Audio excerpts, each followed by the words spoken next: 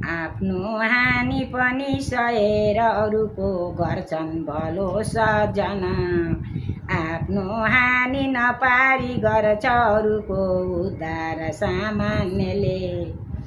अर्कालाई बिगारी आफू बनिने यो राक्षसी काम हो।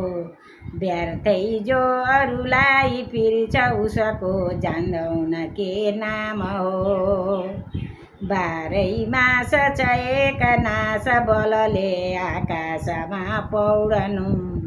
बस्ने छैन सुटुक्क फुर्सद भने सुत्ने कुरै के हुनु। कस्तो घोर ठिका सकारी भगवान् श्री सूर्य कुद्दैछन्। अर्पन्छन् उपकारमा सुजनाले आयु शरीरै धन। माग्नेलाई दिए दधिची मुनिले आफ्नो शरीरै पनि।